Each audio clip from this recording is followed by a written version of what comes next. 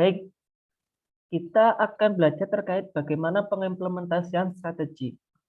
Kalau teman-teman lihat di bagian ini adalah bagaimana kita menganalisis postur strategi, bagaimana kita menentukan analisis lingkungan internal dan eksternal, sehingga bisa menjadi sebuah strategi EVAS dan IVAS. Selanjutnya, kita menyusun sebuah formula strategi, bisa menggunakan berbagai metode. Kalau kemarin ada BCG, ada GE, ada TOWS atau SWOT.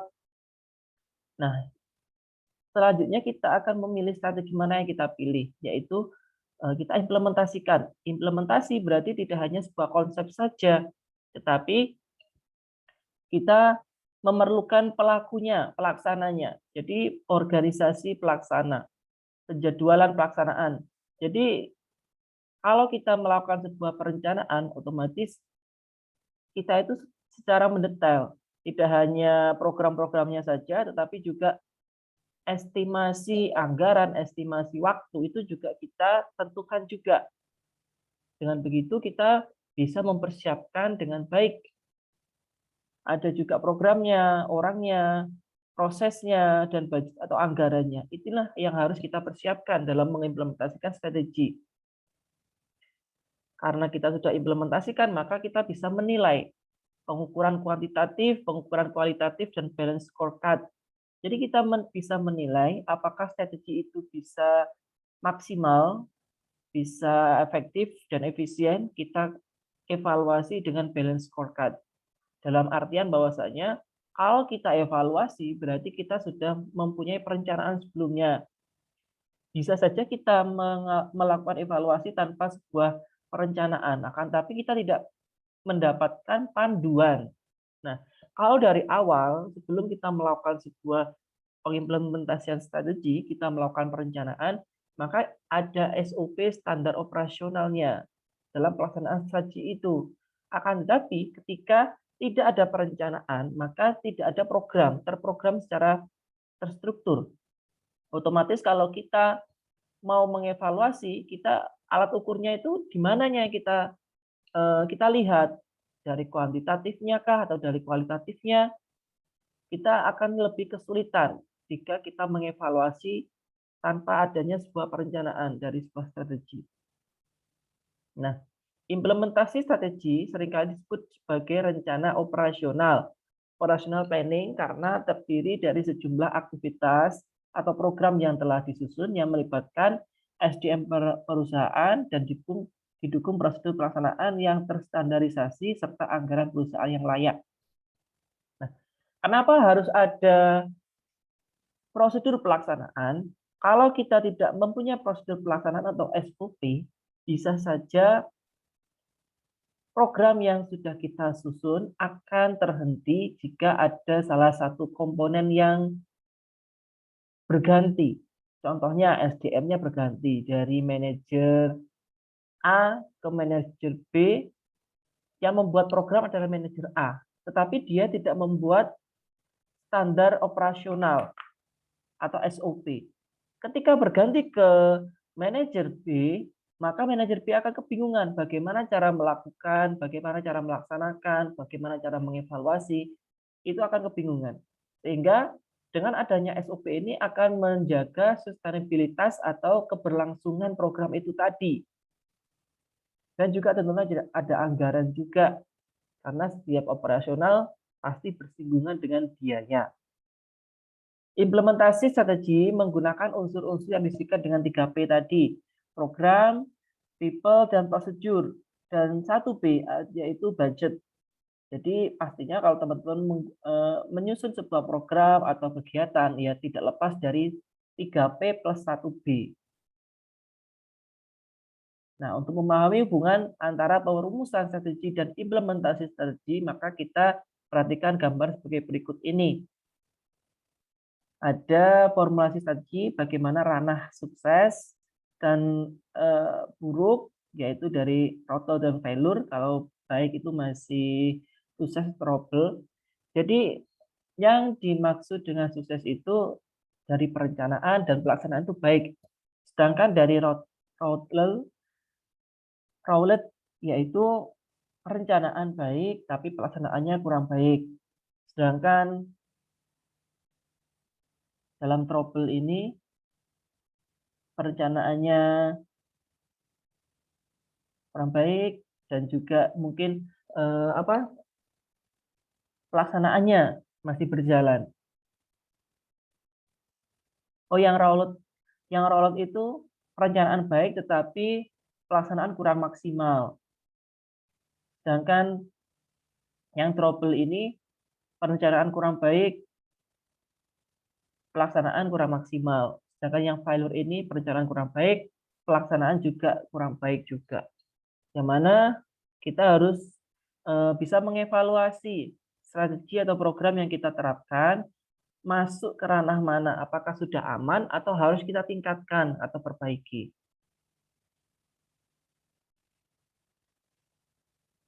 Nah, pengertian implementasi strategi merupakan penugasan atau penugasan kembali kepada para pemimpin perusahaan, baik pada tingkat korporat maupun tingkat unit bisnis untuk mengkomunikasikan dan mengimplementasikan strategi bersama-sama karyawan.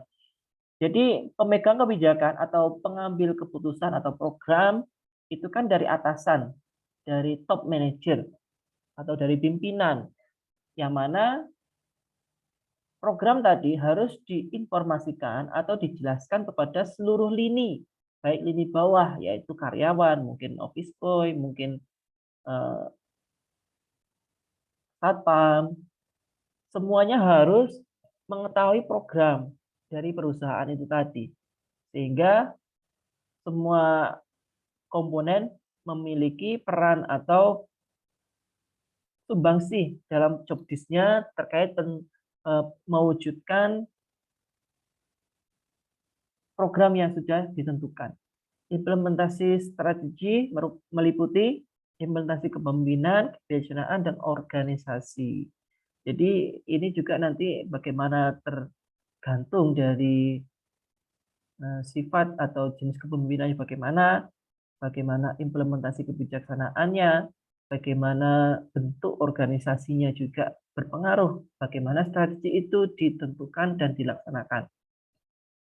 Yang pertama, implementasi kepemimpinan, yaitu mengubah kepemimpinan saat sekarang pada tingkatan yang tepat, memperkuat motivasi para manajer melalui pemberian insentif, melibatkan pengembangan karir pada penyusun strategi di masa depan. Nah, kenapa teman-teman itu merasa tertantang dalam bekerja? Kira-kira apa? Ada salah satu unsur apa yang teman-teman itu bisa muncul passion untuk semangat kerja?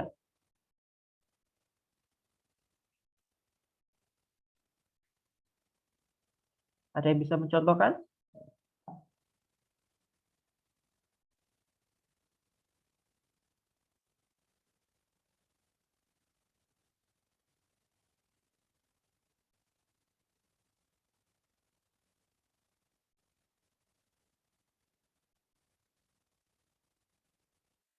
Apakah cukup Anda diberikan gaji sudah puas dan semangat kerja?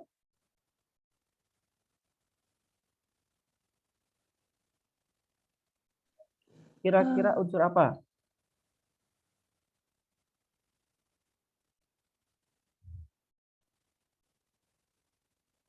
Silakan jika ada pendapatnya. Kenapa Anda bisa semangat kerja? Oh, mohon izin Bapak. Ya. Motivasinya untuk semangat kerja yang pertama untuk memenuhi kebutuhan hidup. Kemudian kalau saya pribadi, karena saya bekerja untuk membiayai kuliah saya, ya jadi mau nggak mau saya harus semangat bekerja gitu Pak. Jadi masih tahap pemenuhan kebutuhan materialnya. Kira-kira ada pendapat lain?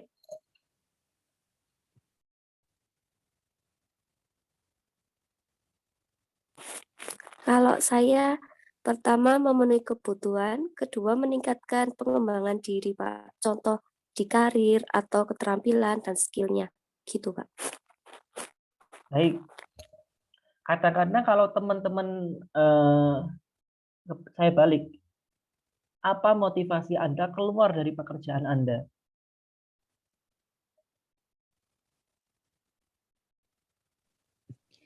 Mungkin kalau dari saya, alasan saya misalkan resign dari tempat pekerjaan saya, mungkin karena tidak ada pengembangan karir di situ dan saya merasa tidak bisa lebih berkembang lagi di perusahaan itu, Pak.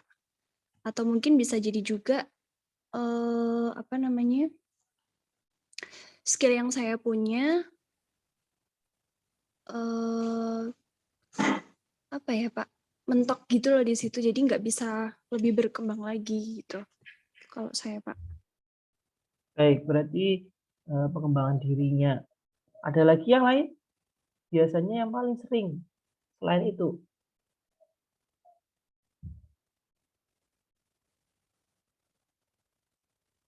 Yaitu lingkungan kerja yang kurang nyaman.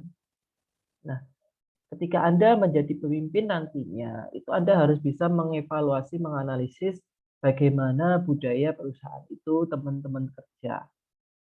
Lingkungan kerjanya seperti apa? Apakah komunikasinya membutuhkan top manager, middle manager, low manager, atau langsung terpusat kepada top manager, itu juga bentuk atau jenis dari usaha itu juga, atau bisnis itu tadi, atau lembaga itu tadi juga berpengaruh. Yang kedua itu juga terkait dengan motivasi. Jadi bagaimana kita membuat karyawan itu nyaman bekerja di situ.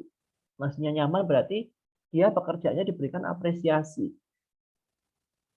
Kalau kita disuruh kerja tapi tidak ada apresiasi, mungkin dari, makanya kalau di perusahaan-perusahaan kan pasti ada reward dan sebagainya, itu juga bisa meningkatkan motivasi karyawan atau juga jenjang karir.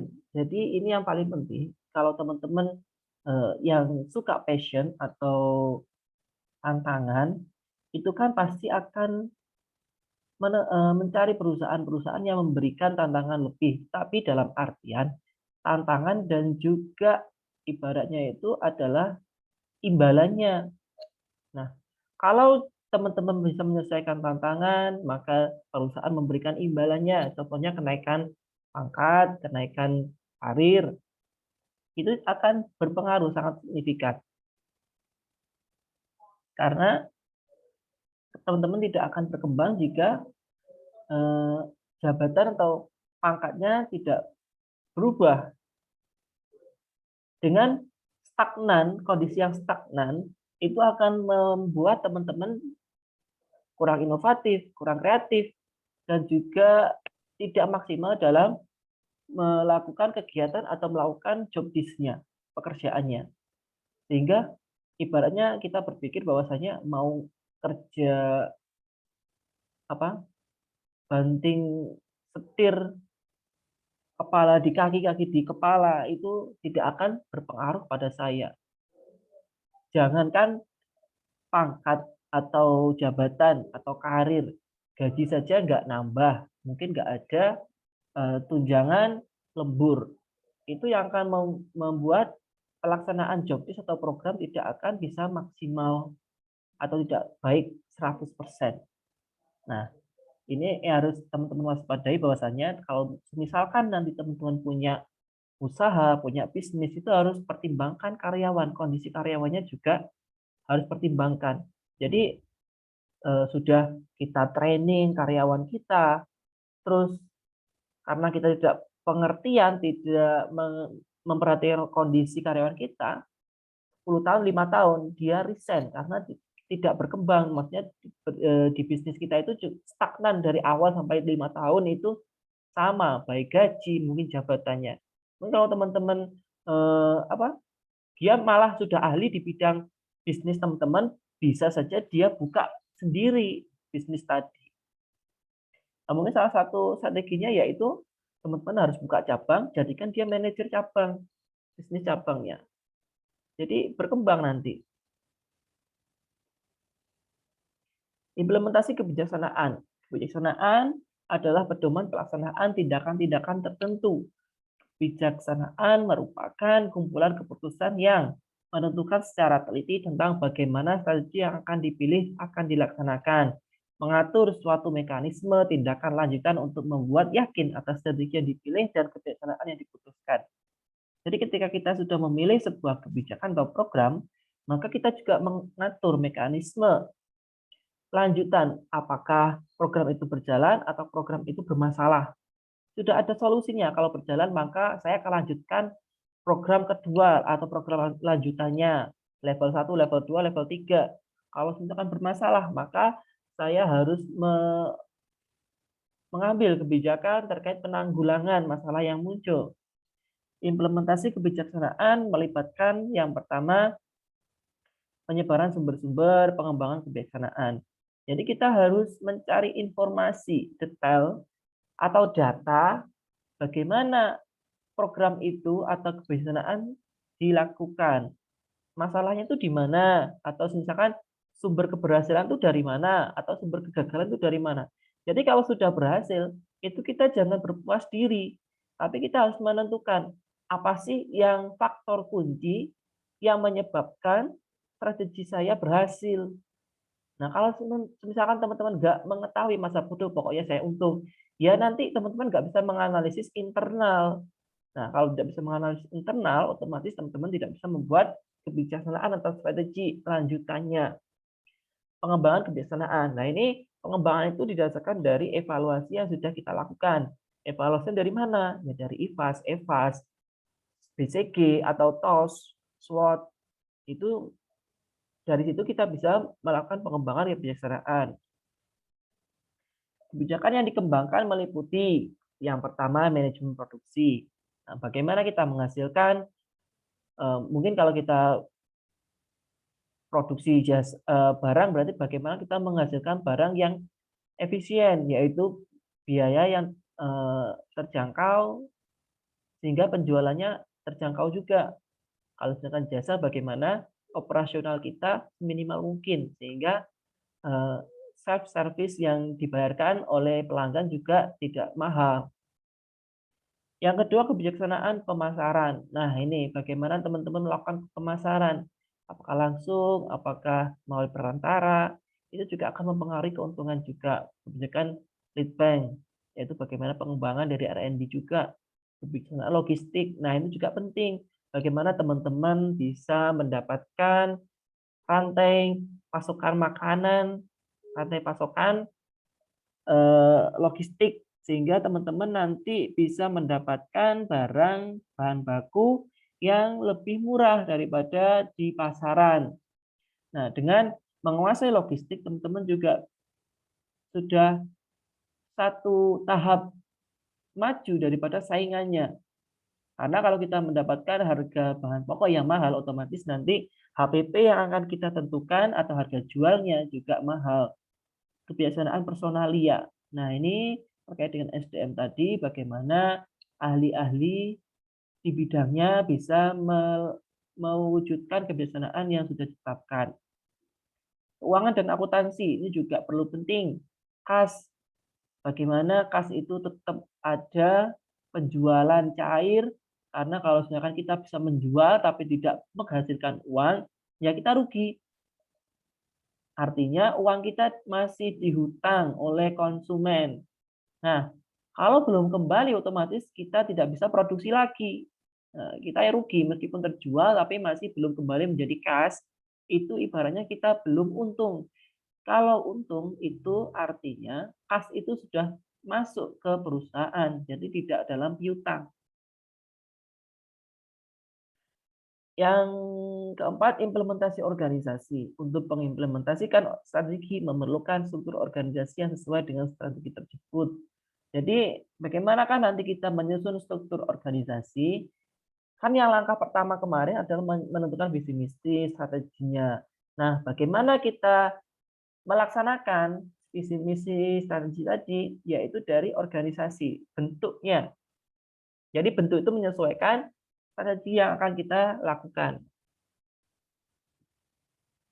Nah, hubungan strategi dengan struktur menurut Handler, yaitu ketika strategi baru dirumuskan, adanya timbul masalah administrasi baru. Jadi tadi ada SOP yang harus dikerjakan, bagaimana mengevaluasi, perencanaan penjadwalan, anggaran, dan sebagainya tadi, kinerja organisasi turun. Nah, kalau timbul masalah berarti kinerjanya turun. Maka kita perlu menyusun atau reorganisasi. Struktur baru, organisasi terbentuk, kinerja organisasi meningkat. Jadi ketika ada masalah, kita bisa saja melakukan penggantian struktur. Itu masuk ke tadi langkah pemecahan masalah tadi. Sehingga apa yang bisa kita rubah, bisa saja kita rubah dalam artian bahwasanya tidak mempengaruhi rumusan program yang telah kita lakukan. Jadi ketika kita temukan, ketika menganalisis kita temukan ternyata struktur organisasinya tidak cocok, terlalu menggelembung, maksudnya informasi itu tidak bisa sampai langsung ke atasan karena banyaknya struktur dari bawah ke atas itu banyak strukturnya, sehingga kita bisa memangkas, memperpendek rantai informasinya. Perbedaan formulasi dan implementasi strategi. Kalau formulasi, pemosisian kekuatan sebelum melakukan tindakan. Jadi ibaratnya penjajakan kalau formulasi itu belum dilakukan. Implementasi strategi pengaturan kekuatan selama melakukan tindakan. Nah, kalau implementasi berarti sudah dilaksanakan. Bagaimana kita menguatkan, memperkuat dari kekuatan yang sudah ada. Kalau formulasi memfokuskan pada suatu efektivitas. Jadi nanti kira-kira bisa tercapai enggak? Nah, itu masih formula. Sedangkan implementasi, efisiensi, ini sudah berjalan, bisa ditekan lagi enggak? Nah, jadi nanti bisa menghasilkan biaya yang minimal, efisien. Yang ketiga, mengutamakan suatu proses intelektual. Nah, kalau formula berarti kita masih berdasarkan informasi atau teori, masih acuan-acuan. Kita menggunakan acuan, maka dikatakan intelektual. Kalau implementasi, kita sudah mengutamakan suatu proses operasional. Jadi ketika sudah berjalan, kita memiliki data penjualan, data operasional, biaya, laba, otomatis kita ke depannya, bulan depan, itu memacu pada data bulan sebelumnya. Jadi real. Tidak hanya pada tadi acuan-acuan teori saja, tapi sudah pada data realnya. Yang keempat, inisiatif yang bagus dan terampil analitis. Yang implementasi, motivasi khusus dan keterampilan kepemimpinan. Jadi kalau formula itu masih inisiasi, bagaimana keterampilan apa saja yang dibutuhkan. Sedangkan implementasi itu motivasi khusus dan keterampilan kepemimpinan. Jadi sudah berjalan, tetapi ternyata ada skill-skill yang harus ditingkatkan. Otomatis kita harus meningkatkan motivasinya dari pelatihan, dari keterampilan tadi, peningkatan keterampilannya, kita melakukan pelatihan, pendampingan. Yang kelima, memerlukan koordinasi yang di antara individu yang sedikit. Dari kalau formula tadi, kan kalau menyusun program kebijakan ya mungkin hanya segelintir, yaitu pemimpin-pemimpinnya saja. Sedangkan implementasi strategi memerlukan koordinir antar banyak orang. Nah, kalau sudah berjalan, otomatis itu saling terhubung, yaitu divisi A, dari divisi operasional, divisi keuangan, divisi SDM, divisi pemasaran, itu saling terhubung. Jadi tidak bisa terpisah. Jadi ketika berubah strategi, maka yang lainnya juga akan berubah. Jadi tidak bisa satu. Jadi harus mengkomunikasikan dengan banyak komponen. Nah, pada dasarnya struktur organisasi dapat dikelompokkan menjadi 4. Organisasi primitif, fungsional, divisional, dan matriks. Jadi bentuknya. Ini Anda akan memilih yang mana. Nah, kalau yang struktur fungsional, dalam organisasi fungsional, sang manajer bertanggung jawab terhadap salah satu dari berbagai fungsi yang ada dalam perusahaan. Kebaikan struktur fungsional itu sederhana, mendorong spesialisasi tenaga kerja, mendorong efisiensi, meminimalkan kebutuhan, dan juga keputusan dapat diambil dengan cepat. Kekurangannya, memusatkan tanggung jawab di pusat, meminimalkan pengembangan karir, sulit menentukan kontribusi, dan pendelegasian kurang. Jadi perlu diketahui bahwasanya setiap struktur organisasi itu ada plus minusnya. Jadi Anda kalau bertanya lebih yang paling bagus itu yang mana? Ya tergantung dari strateginya perusahaan seperti apa, budayanya seperti apa, dan pemimpinnya itu lebih suka bagaimana tipe pemimpinnya. Jadi kalau fungsional itu dapat kita lihat seperti ini. Nah ini kan langsung di perusahaan dan sebagainya langsung ke atasan. Ini mungkin cepat dalam informasi naik ke atas. Akan tapi dalam tadi dikatakan kekurangannya meminimalkan pengembangan karir. Jadi ketika semakin sedikit strukturnya dari atas ke bawah, otomatis pengembangan karirnya juga semakin kecil. Ada struktur divisional. Dalam organisasi divisional, manajer divisi dapat mengembangkan satu strategi untuk bisnisnya masing-masing. Struktur divisional dapat diorganisasikan dalam 4 cara, yaitu wilayah geografi, produk, pelanggan, dan proses. Nah, kebaikan atau keunggulan struktur divisional, yang pertama mendorong pengembangan karir sehingga bisa memotivasi karyawan, lebih mudah mengendalikan operasi kegiatan, menciptakan persaingan di lokasi yang berbeda, kelemahannya investasi mahal. Jadi masing-masing geografi nanti punya struktur sendiri. Mungkin di Kediri jadi punya area cabang Kediri, area cabang Malang, area cabang Pasuruan. Masing-masing kan punya strukturnya, ada manajernya, ada nanti SDM dan sebagainya.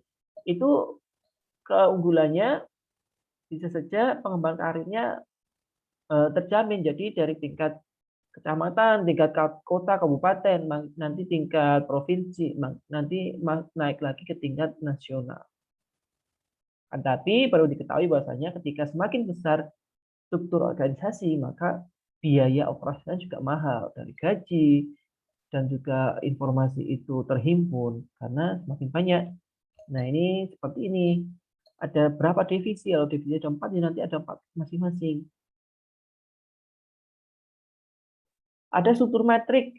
Dalam organisasi metrik biasanya ada manajer fungsional dan manajer proyek yang harus mampu mengkoordinasikan kegiatan-kegiatan fungsi dengan tujuan proyek-proyek yang dilaksanakan sehingga tujuan proyek dapat dicapai.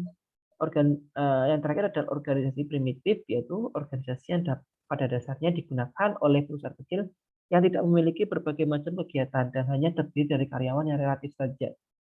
Jadi kalau misalkan kita buka bisnis, terus kita sebagai manajer, kita sebagai pemilik, kita sebagai karyawan, double semuanya ya, ya tidak ada strukturnya berarti.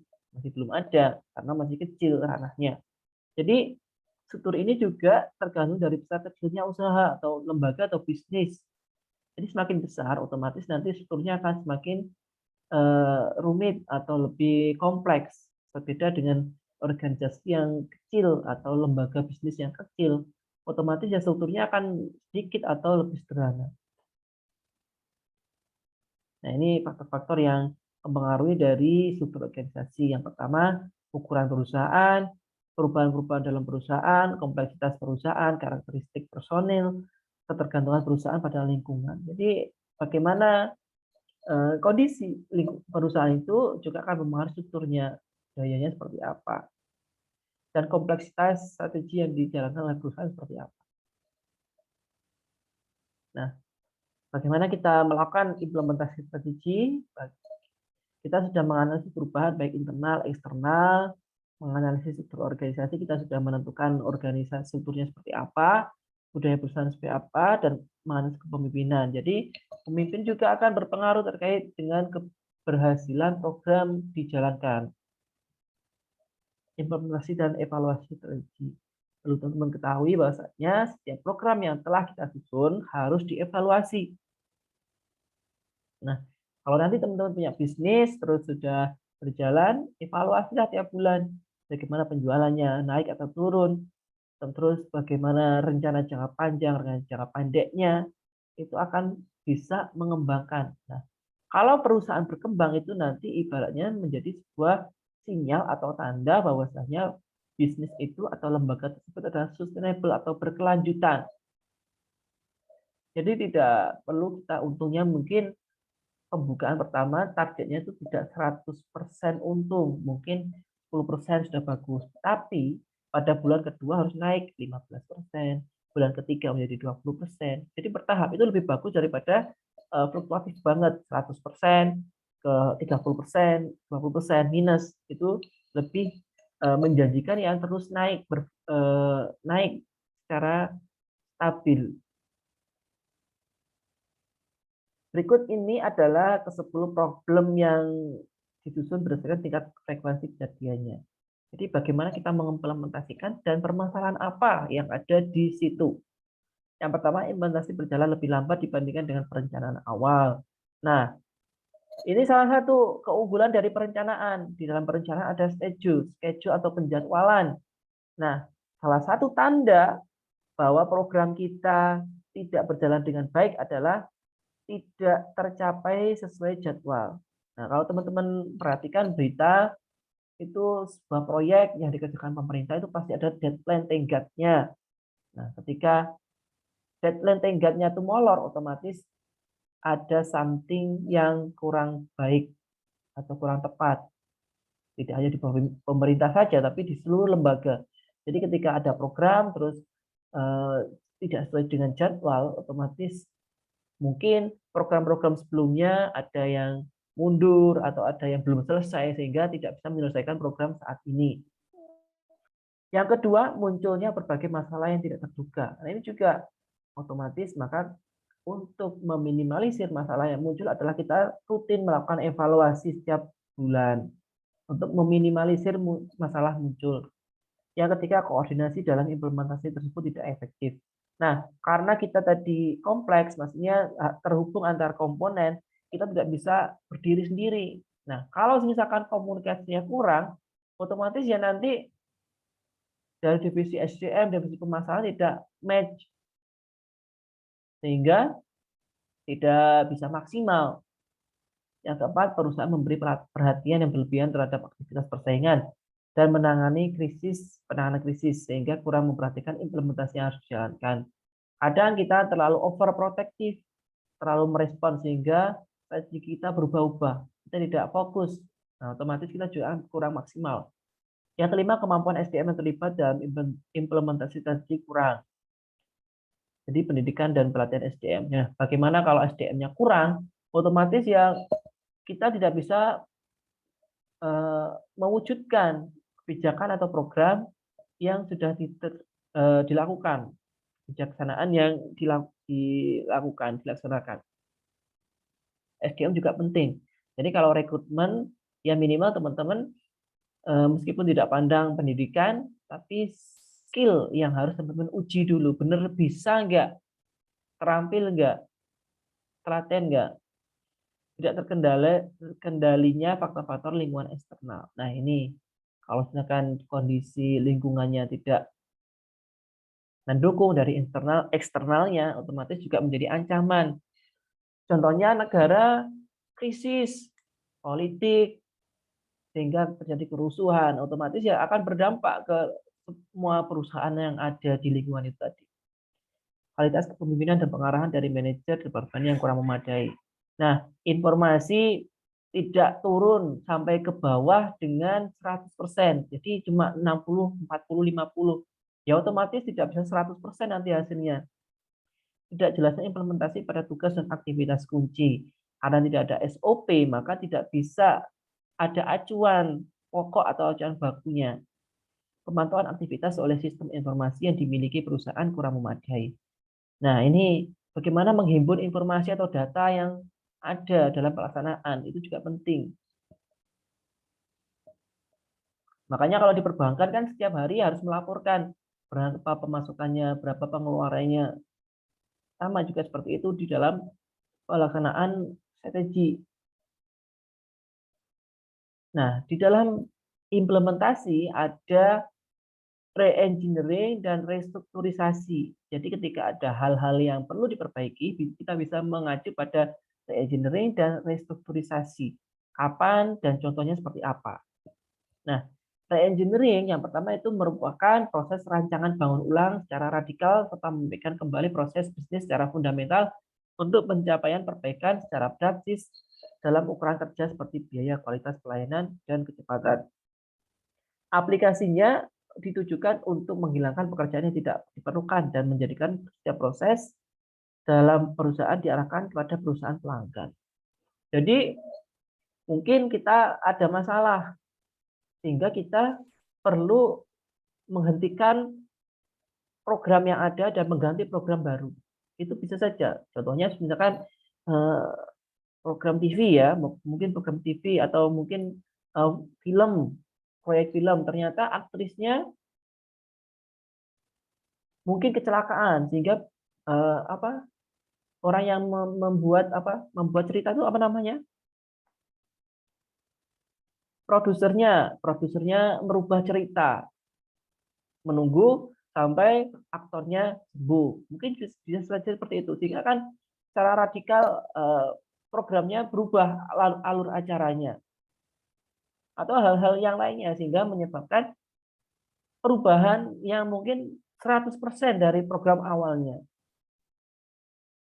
Kapan perusahaan melakukan re-engineering? Perusahaan yang perlu melakukan re-engineering adalah perusahaan yang sedang mengalami masalah besar. Jadi memang program itu tidak bisa berjalan. Kalau misalkan terus dilakukan ya rugi besar. Sehingga perlu diganti program lain. Perusahaan yang belum mengalami kesulitan namun mengantisipasi akan terjadinya kesulitan. Nah, ini kalau misalkan datanya sudah tepat. Data saya menunjukkan bahwasanya program ini sudah tidak bisa dijalankan lagi karena terjadi perubahan mode atau perubahan pangsa pasarnya, minat pasarnya. Otomatis harus dihentikan. Contohnya, teman-teman memproduksi jilbab model A. Ternyata cuma 1 tahun atau 6 bulan lah. Bulan berikutnya kayaknya kemungkinan muncul model baru. Otomatis ya produksi Anda harus dihentikan. Ganti dengan model yang baru. Perusahaan yang tidak mengalami kesulitan namun sedang berada pada puncaknya. Nah, contohnya ini tidak gagal tapi berhasil terlaksana, otomatis ada program lanjutan. Nah, maksudnya program perlanjutan itu yang radikal berbeda dengan program sebelumnya. Tapi tidak bertolak belakang mungkin ya. Maksudnya pengembangan dari program yang sudah ada. Jadi prinsip BPR atau Business Process Reengineering bertumbuh pada pemikiran yang berbeda sama sekali dengan model yang sudah dikemukakan di atas, yaitu continuous process improvement. Kalau continuous process improvement berarti kan proses pelaksanaan implementasi program tadi. Secara ekstrim dapat dikatakan bahwa BPR menganggap dan mengandaikan bahwa proses yang digunakan sekarang sudah tidak relevan lagi, baik itu untung atau baik itu rugi, terlaksana atau tidak terlaksana, dalam arti tidak relevan. Kalau terlaksana tidak relevan berarti harus diganti dengan yang baru meskipun berhasil. Maka kalau berhasil tapi tidak ada inovasi, itu menjadi sebuah ancaman juga bagi perusahaan. Pertanyaan-pertanyaan yang penting dalam re-engineering, bagaimana seharusnya proses dilakukan, apa yang dikehendaki para customer atau pelanggan, apa yang dikehendaki dan dirasakan para karyawan, bagaimana perusahaan yang terunggul melakukannya. Jadi kita tidak fokus pada pelanggan saja, tapi karyawan kita. Kalau misalkan karyawannya tidak puas, otomatis ya nanti outputnya juga tidak maksimal atau tidak optimal. Langkah-langkah proses re-engineering, membuat kerangka proyek, menciptakan visi misi. Jadi hampir sama ya tadi pelaksanaan program strategi, pembuktian konsep, implementasi, proses implementasi, nanti evaluasi juga. Faktor-faktor re-engineering ini ada vision, skill, insentif, resource, dan action plan. Ini masing-masing nanti dari visi misinya, kemampuannya seperti apa, insentifnya terkait dengan penghargaan pengakuan karyawan, resource-nya, bagaimana kita meningkatkan kualitas keterampilan dari SDM, action plan, bagaimana perencanaan dari perencanaan itu dapat diaktualisasi. Ya, contohnya penerapan engineering pada grup Astra. Federal Motor memutuskan menjalankan re-engineering setelah melihat banyaknya persoalan internal yang membeli perusahaan, meskipun bisnis utamanya tidak memiliki masalah. Contohnya produk utama perusahaan ini adalah sepeda motor Honda yang selalu merajai pasar. Namun masalah utama yang dihadapi pihak manajemen adalah kurangnya sinkronisasi antara pihak pemasaran. Melihat gejala yang tidak sehat, maka diusulkan kepada manajemen untuk mengadakan perubahan radikal terhadap keempat perusahaan yang terdapat di federal, mulai dari perakitan, pabrik mesin, pabrik stamping, sampai ke subkontraktor yang harus di re-engineering secara bersamaan. Tahap-tahapnya dilakukan seperti identifikasi masalah, pelatihan dan penyatuan konsep re-engineering, identifikasi masalah, dan penerapan perubahan sistem. Jadi ini kalau semakin besar perusahaannya otomatis semakin kompleks masalahnya, apalagi perusahaan itu mempunyai anak perusahaan. Ini tadi kalau Astra berarti kan anak perusahaannya ada perakitan, ada pabrik mesin. Jadi perusahaan A perakitan, fokusnya perakitan, perusahaan B fokusnya mesin, perusahaan C fokusnya ke stamping, dan perusahaan D fokusnya ke subkontraktor. Nah, bagaimana kita melakukan engineering? Berarti ya kita harus menyelaraskan keempat perusahaan atau anak perusahaan tadi, sehingga saling terhubung dan sinkron. Kalau berjalan sendiri-sendiri otomatis ya tetap sama nanti. Mungkin antara menjual, bagaimana sistem menjualnya, bagaimana apa tadi pembelinya atau yang menstok bahan-bahannya itu juga kurang maksimal. Jadi dengan adanya sinkron tadi mungkin saling bisa menguntungkan atau mendukung. Yang kedua ada restrukturisasi. Restrukturisasi adalah upaya yang dilakukan perusahaan dalam rangka penyehatan perusahaan yang merupakan salah satu langkah strategis untuk memperbaiki kondisi internal perusahaan guna memperbaiki kinerja dan meningkatkan nilai perusahaan. Nah, kapan perusahaan melakukan restrukturisasi? Ada beberapa faktor yang membuat perusahaan melakukan restrukturisasi. Contohnya ada masalah hukum, tuntutan pasar, masalah geografis, kondisi korporasi, hubungan holding anak perusahaan, masalah serikat pekerja, perbaikan image korporasi, fleksibilitas manajemen, pergeseran kepemilikan, akses modal yang lebih baik.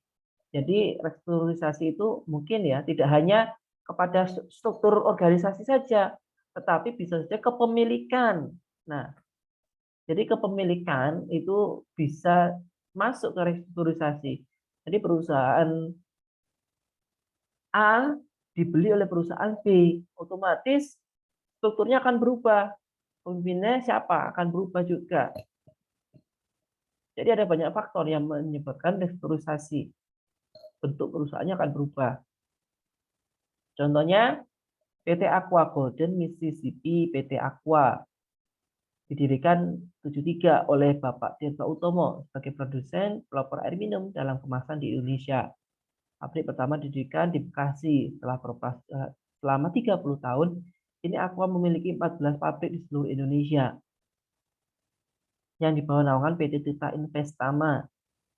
Melakukan langkah strategis untuk bergabung dengan grup Danone. Nah, ini kepemilikan berarti berubah nanti, yang merupakan salah satu kelompok perusahaan air minum dalam kemasan terbesar di dunia dan ahli dalam nutrisi. Langkah ini berdampak pada peningkatan kualitas produk, market share, dan penerapan teknologi pengemasan air terkini. Di bawah bendera Danone Aqua, kini Aqua memiliki lebih dari 1 juta titik distribusi yang dapat diakses oleh pelanggannya di seluruh Indonesia. Jadi Aqua bisa menguasai pasar tidak hanya dari kualitasnya, tapi dari distribusinya. Dia melebur ke perusahaan yang lebih besar, yaitu Danone. Karena tahu Danone itu mempunyai titik distribusi yang lebih bagus dan lebih luas. Yang terakhir ada Employee Stock Ownership Plans atau ESOP. Nah, ini kalau konsepnya karyawan bisa menjadi pemilik perusahaan atau pemilik bisnis. ESOP biasanya dibentuk untuk membantu rencana penerusan dalam sebuah perusahaan perseroan terbatas. Prosesnya dilakukan dengan memberikan para pegawai kesempatan untuk membeli saham perusahaan tersebut. ESOP kemudian dibentuk sebagai dana amanah dan bisa didanai oleh banyak perusahaan. Proses pendanaannya bisa dengan memasukkan saham baru, uang tunai untuk membeli saham, atau meminjam uang melalui entitas untuk membeli saham. ESOP digunakan oleh semua jenis perusahaan, mulai dari perusahaan usaha kecil, menengah, hingga perusahaan besar yang terdaftar pada Bursa Efek. Berhubung saham ESOP merupakan bagian dari remunerasi pegawai, perusahaan bisa memanfaatkan ESOP ini dilakukan untuk menjaga agar peserta ESOP memfokuskan pada kinerja perusahaan dan kenaikan harga saham. Para pegawai kemudian diberikan kepentingan agar saham perusahaan berkembang baik. Diharapkan rencana ini akan mendorong para pegawai untuk memberikan yang terbaik pada pemegang saham. Ini dikarenakan mereka sendiri kini menjadi para pemegang saham juga. Kira-kira dari teman-teman memahami nggak konsep dari saham itu bagaimana? Ada yang tahu saham itu apa?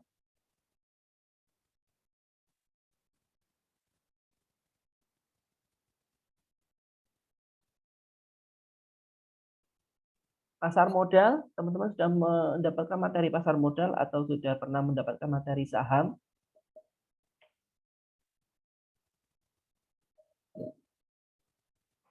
Sudah, Pak. Jadi sudah paham ya konsep saham itu seperti apa? Saham itu satu kepemilikan orang pribadi atau perusahaan dalam perusahaan yang lain, Pak. Ya, Nanti berikutnya ya bisa bentuk dividen seperti itu. benar. Jadi saham itu adalah bukti kepemilikan. Nah, ini ESOP ini adalah sebuah program yang ditawarkan untuk reward pada karyawan, yaitu sebuah kepemilikan saham. Jadi remunerasi itu atau apa ya, insentif yang diberikan kepada karyawan, tapi bentuknya saham. Saham perusahaan itu tadi, saham itu perusahaan itu tadi sendiri. Sehingga karyawan menjadi pemilik perusahaan. Karena karyawan menjadi pemilik perusahaan, otomatis karyawan itu tidak akan bekerja serampangan atau lebih semangat kerja atau serius kerjanya. Otomatis ya kinerjanya meningkat dengan baik. Nah, pertanyaannya bagaimana kalau bisnisnya kecil, belum mempunyai saham? Kira-kira bisa nggak menerapkan ESOP ini, konsep ESOP? Mohon maaf Bapak, sebelumnya untuk ESOP ini kan kalau sesuai dengan pernyataan yang ada di sini tuh hanya di sebuah PT ya Pak, perseroan terbatas. Iya. Sedangkan setahu saya untuk PT itu paling tidak modal sahamnya minimal 50 juta Pak. Kalau teman-teman lihat bahwasanya tidak semua PT itu kan masuk ke pasar modal. Otomatis baik yang listing di pasar modal atau tidak listing itu memiliki saham. Akan tapi yang tidak listing itu sahamnya tidak diperjualbelikan di pasar modal, tapi masih memiliki saham. Jadi bisa dibeli secara langsung ke perusahaannya. Nah, kalau misalkan bisnisnya kecil, konsepnya kecil, otomatis ya kalau menerapkan konsep ini ya tidak bisa 100%. Akan tapi kita bisa mengambil poin penting dalam ESOP ini, yaitu bagaimana kita merintis bisnis dengan mungkin ya awalnya itu karyawannya cuma satu, tapi karena produknya bagus, strateginya bagus, bisnis itu berkembang, dan akhirnya karyawan itu bisa menjadi partner bisnis tadi, pengelola, contohnya manajer cabang dan sebagainya. Sehingga dalam ESOP ini, kalau teman-teman bisnisnya patungan itu kan bisa saja nanti menawarkan ke orang lain bahwasanya kepemilikan modal itu berapa persen. Nah, gaji mungkin nanti gajinya dari karyawan itu akan menambah modal sehingga beberapa persen gaji karyawan dialokasikan ke penambahan modal, akan tapi karyawan tadi juga menjadi pemilik bisnis tadi.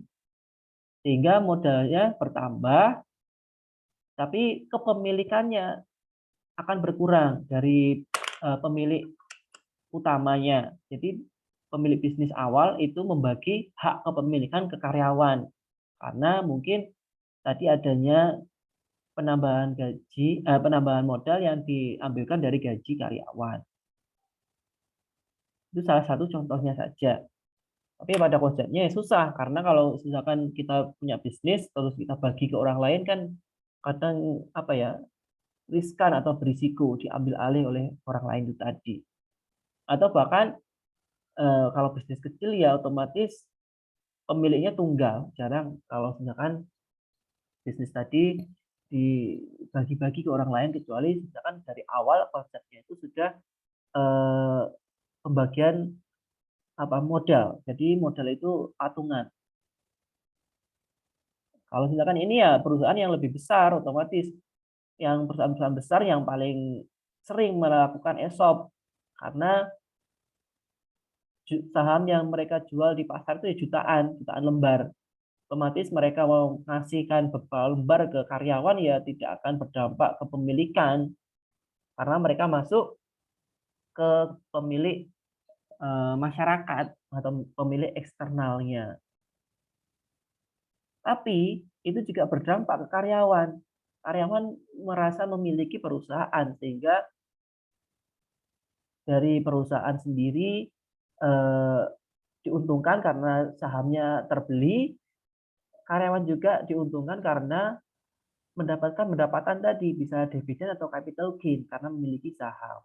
Dan otomatis karyawan itu mungkin nanti akan membeli saham di luar dari yang diberikan tadi. Intinya seperti itu. Jadi saling menguntungkan. Baik, cukup sekian materi yang dapat saya jelaskan. Jika ada pertanyaan bisa disampaikan.